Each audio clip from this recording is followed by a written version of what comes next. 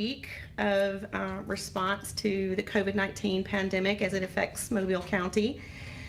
I'm Randy Murphy, epidemiologist and director of disease surveillance at the Mobile County Health Department, coming here again today just to give you a brief update on our case counts and provide a little bit more information and maybe answer a couple of your questions that have come in either on Facebook or through the media. So this morning, when our public information officer released his daily dashboard worldwide, the Johns Hopkins data dashboard was reporting just over 3.5 million confirmed cases with almost 250,000 deaths. In the United States, 1.16 million confirmed cases with 67,000 COVID-19 deaths.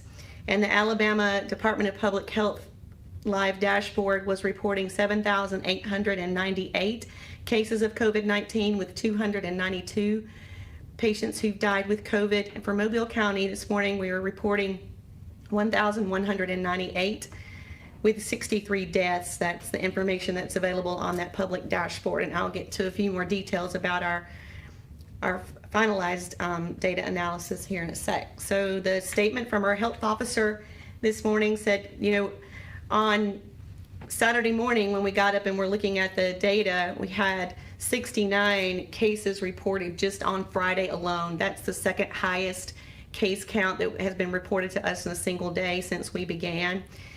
And Dr. Eichel said we reported a spike in confirmed cases Saturday morning.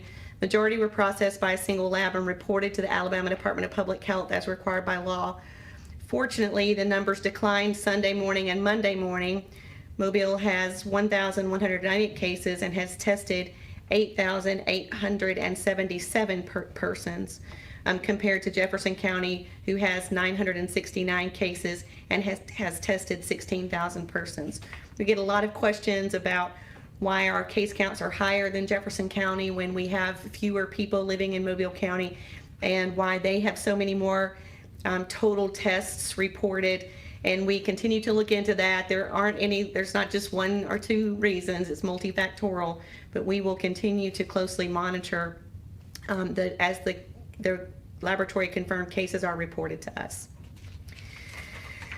So a little bit more about the Mobile County data. Again, around 16.5% of our patients are hospitalized, and around 7% have died with illness. Most of our cases are between the ages of 25 and 64, but more than 1/4 are still in that age group 65 and over, which has the highest risk of complications. We're still seeing predominantly female, 60% female, and the rest male or unknown. Around 43% cases are among African Americans, with around 28% white. And again, looking at some zip code data, we are seeing the densest cases sort of in the middle part of our county, where we have lots of folks living and have long-term care facilities in them that have outbreaks with clusters of cases at those locations. So a little bit more information than we usually provide, but we'll try to start having this daily in the report tomorrow. Among the cases that reported today in my report, it's 1,204. Among those cases, 163 or 13.5 were healthcare workers. 80 or 6.6% were known employees of a long-term care facility. Nearly 15%, 178 cases, were residents of a long-term care facility. And those that we know of, about 235 or 26.6% had recovered. And again, we know that much of this information is still incomplete or missing, but we just wanted to share with you the things that we know. It's harder to know what we don't know, if that makes sense. It does to me. Okay, so on our hospitalizations, there were 155 patients hospitalized with COVID disease this morning when we ran this report. We're still seeing most of them in the 65 and older age group. So 94 of those were in the 65 and over age group. Most of them are female. Most of them are African American, though we're starting to see that balance a little bit. Of our hospitalized patients, 70 or 45% required intensive care while hospitalized, and 39 of them, or 25%, required mechanical ventilation during their hospital stay. On the 63 patients we have who died from COVID, again, they're from the ages of 35 and 98. Over the weekend, we saw a death in a 35-year-old with underlying medical conditions and disabilities. This was surprising to us, so I tried to look at it a little bit further. All of our other deaths have been in people over 50 years old. So this tragedy took the life of someone who was just 35, but again, that person had underlying medical conditions that made them more susceptible to severe complications and death from COVID. And I've continued to mention that among our deaths, all of them had underlying conditions or other risk factors. It may have been age that predisposed them to severe complications of COVID disease, and all of them were either in the hospital or under the care of a long-term care facility at the time of death. Of our 63, this is a new thing that I've not been sharing, at least 23 or 36.5% were residents of a long-term care facility, and 2 or 3.2% were employed by a long-term care facility. So that's a nursing home, an assisted living facility, or a skilled nursing facility. So a little bit more information than we've been sharing on our patient characteristics, and I'll try to make sure that gets into the report tomorrow. So a couple of questions from the media. Here's the first one, is about the spike in cases that we reported on Saturday. The spike actually occurred on May 1st, on Friday. There were 69 cases reported. 34 of those were from one laboratory, 14 of those were from our state laboratory, and the rest of them, onesies and twosies, from around 7 or 8 other laboratories. We're not sure if there was maybe an electronic backlog and the electronic processing of the lab reports, and perhaps that backlog got unstuck and they dumped into our system. It could be that because we have outbreaks at long-term care facilities, we are recommending greater testing at these facilities so that they can know who among their patient and employee populations are testing positive by PCR. That could explain some of the large increase, but again, we're still trying to get some visibility on this as we start our new week today. And then here's another question: any new cases about nursing homes or detention facilities? Yes, we are continuing to see positive laboratory results come back on patients and employees of long-term care facilities and at the detention center among inmates and correctional officers and other correctional staff. So stay tuned on that. So the question is, do we still have 6 nursing homes and 1 detention facility having an outbreak? No more. We actually, it depends on how you look at it, but for long-term care facilities, we have 7 facilities that have at least 1 or more cases in an employee or a resident. Most of those facilities have more than just 1 case, but because COVID is so infectious and because it can cause severe complications and death in these populations, congregate settings, people who are older, if they have a single case, we put them into our category as an outbreak investigation so that we can get on that as quickly as we can to help them contain it and slow the spread within their facility. We also are investigating or are consulting with facilities that are not traditionally long-term care facilities but have patients living in congregate settings. So this might be like a recovery or a rehab unit or a group home or something of that nature. We have several of those that we are engaged with. And then we also have a couple of senior citizen apartment complexes that we're keeping a very close eye on. And we have begun, last week we began and have continued to do this, to reach out to all of the senior citizen or the 55 and older housing complexes, apartment complexes, so that we can talk with them about how they need to restrict access, limit visitation, encourage face coverings, those sorts of things. So we have a lot of facilities that we're talking to right now. Let's see, how are the patients assigned to zip code determined? This is based on their residence. So it's the zip code of their home, their permanent home of residence. Here is a question about Crown, one of our long-term care facilities, and sorry, but you'll have to reach out to them directly to see if they're willing to share with you their current case count among residents and employees. And again, just to, as a reminder, particularly in the long-term care facilities where we have outbreaks, this is a fast-moving train, and we are often a few days behind with the investigation, getting the names and all of the complete information on people who test newly positive, and getting that information into the surveillance system where then it can be used for reporting like I do daily. So it's not a surprise if things don't seem to match up online, right? I have been doing this for a really long time, and I call it disaster math, because during a disaster, the counts, the number of illnesses or deaths or fatalities, it's never going to add up perfectly across different sources. And so if you see something like a zip code map that has a certain number of cases by zip code, and you think there are more cases than that just in the one long-term care facility, it's a fast-moving train, and we are doing our best to stay up with the data, but it doesn't always come in as quickly as we would like. All right, over to some Facebook.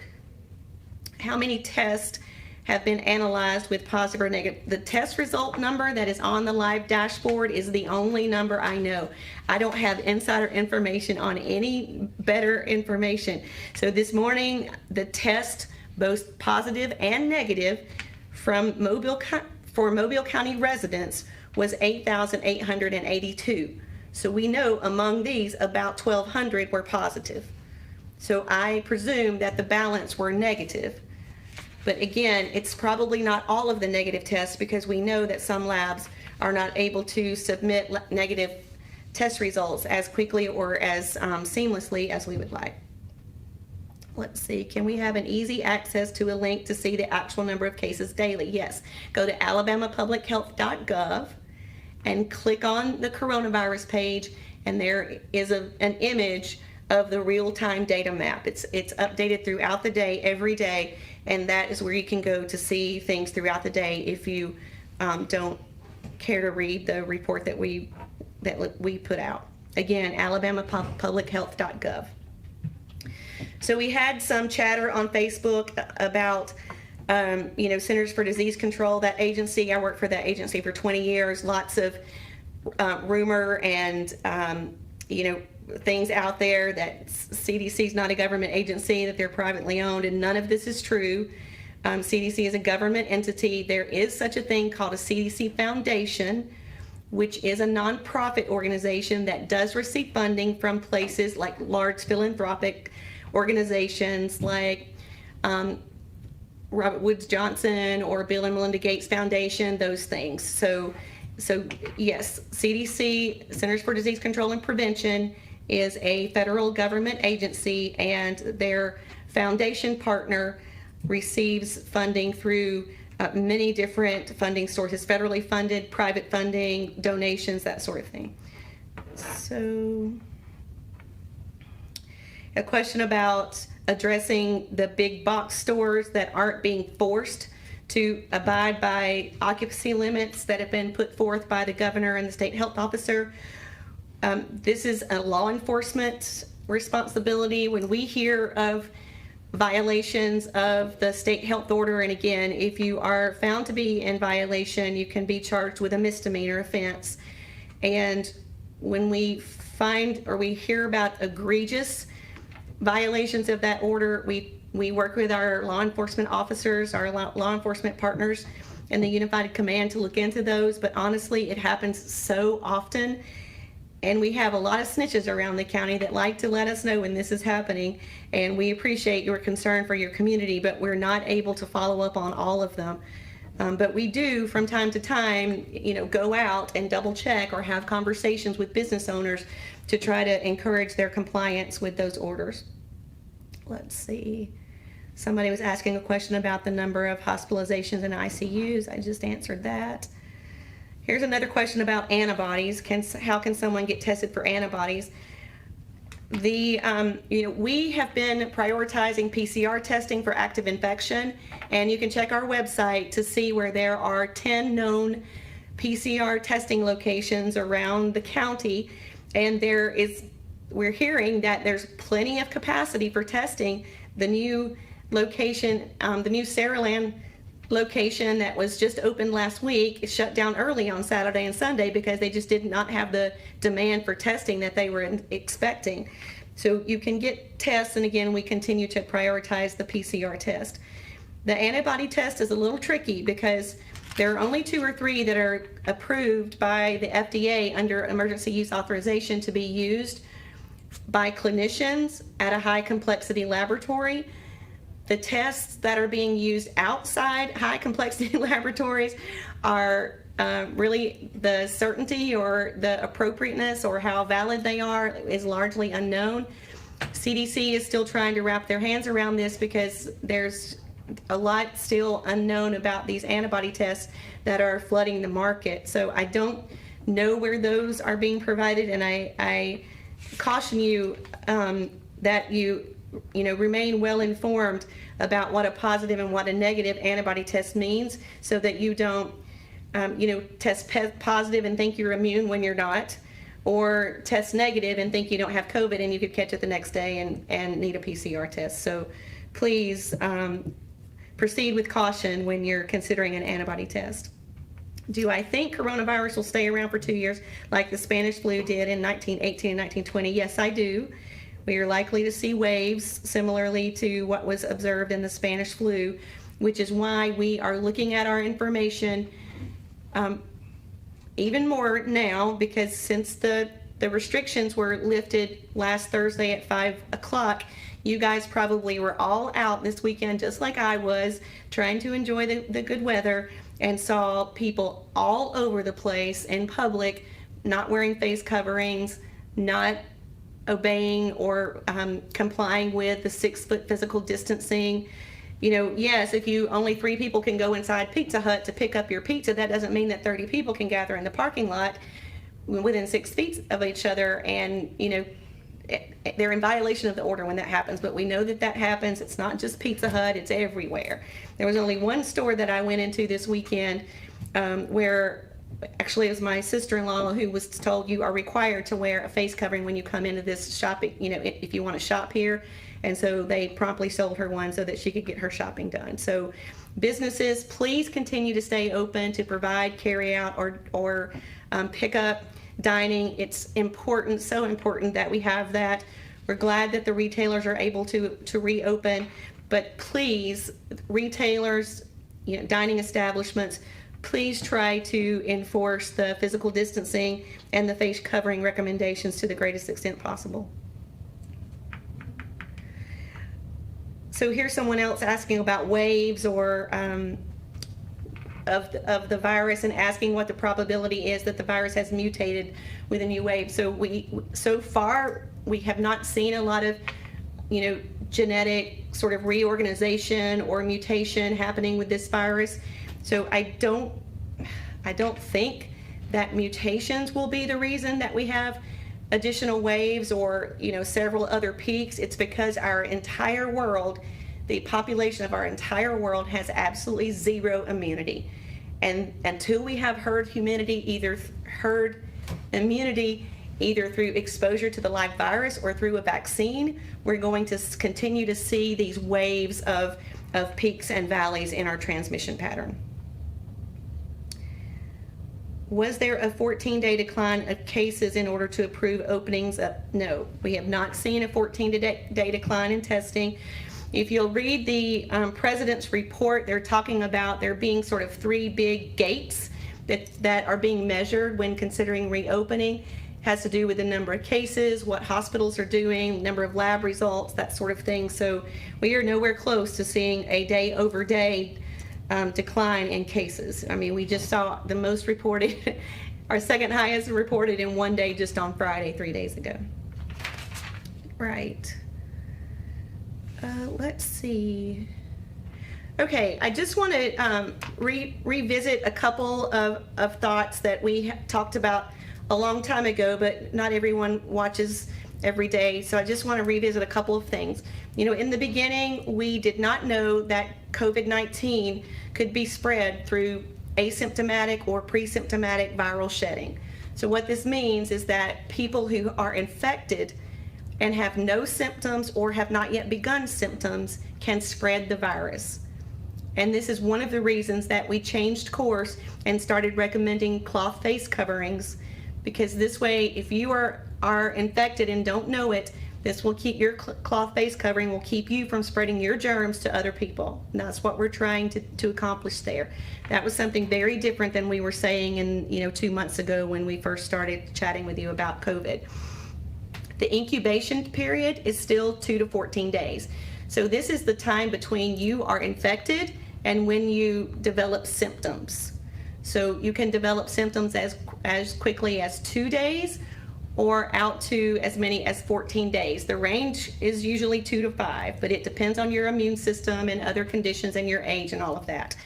So the incubation period, or the time it takes for you to begin showing symptoms after infection, is 2 to 14 days. The isolation and quarantine of people who are symptomatic or who test positive is changing again. It just changed yesterday from the Centers for Disease Control. And this is really confusing, not just for you, but it's super confusing for all of us that are trying to talk to people who have COVID positive labs or who are sick with COVID. And now what CDC is going to is what they're calling the 10+3 strategy. So symptom-based strategy for lifting isolation, right? If you have a symptom, we've been saying stay home until you're symptom-free for at least 7 days and go at least 3 days without a fever. But this is changing now, and it's stretching to 10 days. So you need to stay at home for at least 10 days past your first symptom, and you need to be symptom-free, fever-free, symptom-free for at least 3 days. And this has to do with what we're seeing out there in a lot of locations, and people are hearing about this, that people who test positive, when they're trying to test them negative to go back to work or leave the hospital or something, they are positive for 2 weeks, 3 weeks, 41 days, 44 days, and people are continuing to shed. And the PCR test, yes, detects live virus, but it is possible and probable that people who are still shedding for more than 10 days past their first symptom are just shedding virus particles. Through some of the science and data that CDC has reviewed, none of those patients have been able to have the virus cultured from their respiratory tract. So that is the reason that CDC is going back to, or extending that period to be 10 days with 3 days symptom free. And there's also no longer a preference for whether you do a 2-day PCR, a 2 PCR test lift of isolation or a symptom-based lift of isolation. So those of you that are working in the healthcare industry and hospitals and long-term care facilities will be providing some guidance about that. I already talked about PCR versus antibody. Wear your face coverings, please. Wash it once daily, so you really need to have at least 2. I talked about the Saraland location not being burdened and even having to close early, so there is testing available out there. And then again, just remember that we have 2,000 cases in Mobile now. Someone dies in Mobile with COVID-19 almost every day. It's a very infectious virus. Outbreaks are happening in congregate settings throughout our county. So please continue to take this credible threat very seriously and do your part to help keep our community safe by complying with the safer at home order, respecting that 6-foot physical distance, wearing your face coverings, and continuing to wash your hands, keep your hands out of your face, and stay at home if you're sick. So be safe out there, and we'll talk to you again tomorrow. This has been a Fox 10 News Coronavirus Update. For the latest breaking news, stay with Fox 10 News on air, online, and on the Fox 10 News app. We now join our regularly scheduled program already in progress.